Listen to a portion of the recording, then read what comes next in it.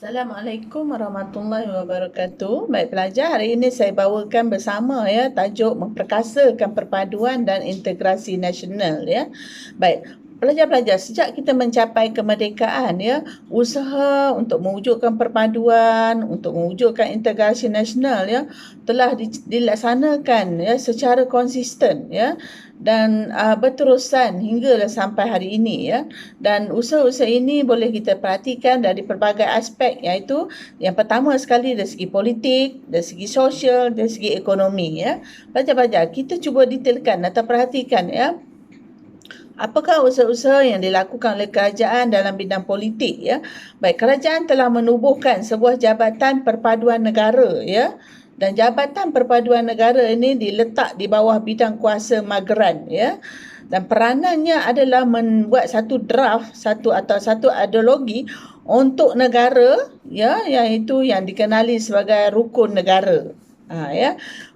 Dan yang keduanya ialah kerajaan mewattakan Majlis Muhibah Negara pada 18 Julai 1969 dan majlis ini bertujuan untuk menggalakkan perkembangan ataupun melahirkan perasaan muhibah dalam kalangan masyarakat berbilang kaum di Malaysia. Kemudian seterusnya kerajaan telah menubuhkan Majlis Perundingan Negara pada 29 Januari 1970 dan majlis ini bertujuan mengambil peranan mengadakan garis panduan satu garis panduan bagi kerjasama antara kaum dan juga integrasi nasional antara negeri dengan wilayah.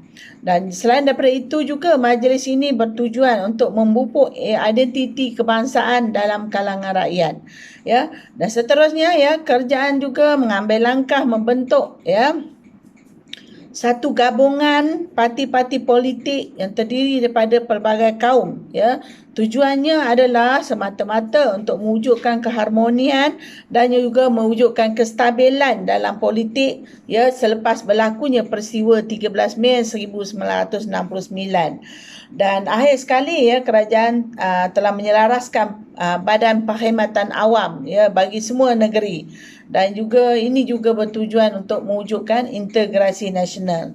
Pelajar-pelajar, kita ambil pula usaha-usaha dari aspek ekonomi Kerajaan meneruskan rancangan pembangunan 5 tahun Malaysia dan fokus atau tumpuannya kepada pertumbuhan ekonomi semua kaum dan dengan cara memperkenalkan dasar pembangunan ekonomi memperkenalkan dasar-dasar pembangunan ekonomi seperti dasar ekonomi baru dan juga dasar pembangunan nasional Tujuannya adalah untuk melahirkan kemakmuran ekonomi rakyat dan seterusnya negara.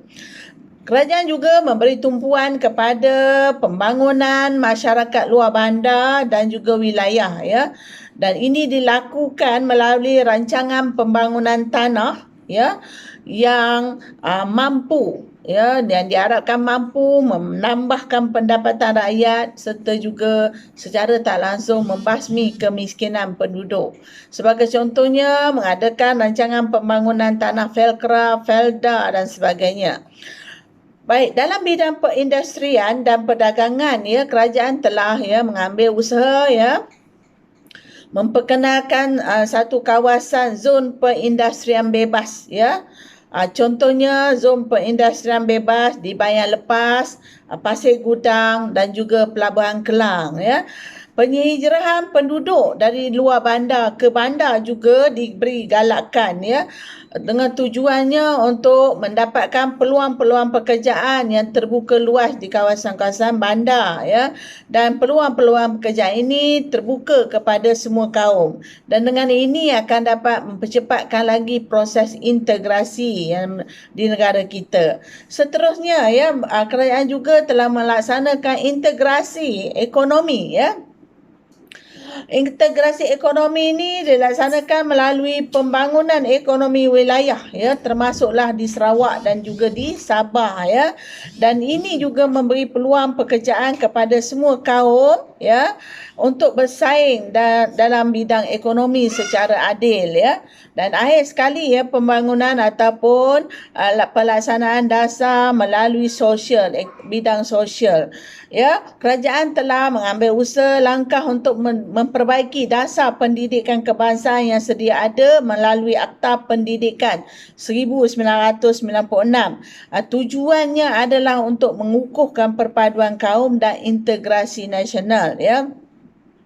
Pengukuhan sistem pendidikan ini dapat dilaksanakan ya dalam beberapa laporan seperti laporan Rahman Talib, laporan Jawatankuasa Kabinet dan juga melalui falsafah pendidikan kebangsaan.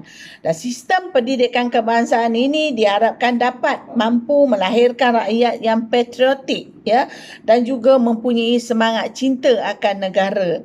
Kerajaan juga telah memperkenalkan ya dasar bahasa kebangsaan ya bagi memperkasakan bahasa Melayu ya sebagai bahasa kebangsaan. Antaranya ialah dengan menubuhkan Universiti Kebangsaan Malaysia sebagai pusat ilmu ya, pusat pengajian tinggi dan juga memperkasa lagi peranan Dewan Bahasa dan Pustaka ya. Dan kedua-dua ini adalah mempunyai identiti bangsa yang identiti bahasa yang sama. Kerajaan juga menggalakkan pengamalan satu kebudayaan kebangsaan ya yang dapat membentuk identiti bangsa Malaysia yang bersatu padu. Pelajar-pelajar, selain daripada itu juga kerajaan berusaha melibatkan pelbagai kaum dalam bidang sukan ya. Bidang sukan ya merupakan satu platform ataupun satu media bagi mewujudkan semangat kekitaan ya, secara langsungnya akan mampu mewujudkan perpaduan dalam kalangan masyarakat ya, dan langkah usaha untuk memperkenalkan rukun negara ya sebagai tunjang kepada kesetiaan rakyat berbilang kaum terhadap bangsa dan negara Malaysia. Itu antara beberapa usaha yang dilakukan secara berterusan mantap di kalangan bagi tujuannya ialah untuk mengeratkan hubungan antara rakyat yang berbilang kaum ya. Dan dengan itu ya, kita sebagai rakyat Malaysia yang patriotik haruslah menghargai kepentingan menjaga perpaduan dan keharmonian kaum ya. Dan ini sudah semestinya lah dapat mampu menghasilkan kestabilan sosial, pembangunan ekonomi negara, seterusnya mewujudkan kesejahteraan dalam kalangan rakyat di negara kita. Sekian, terima kasih.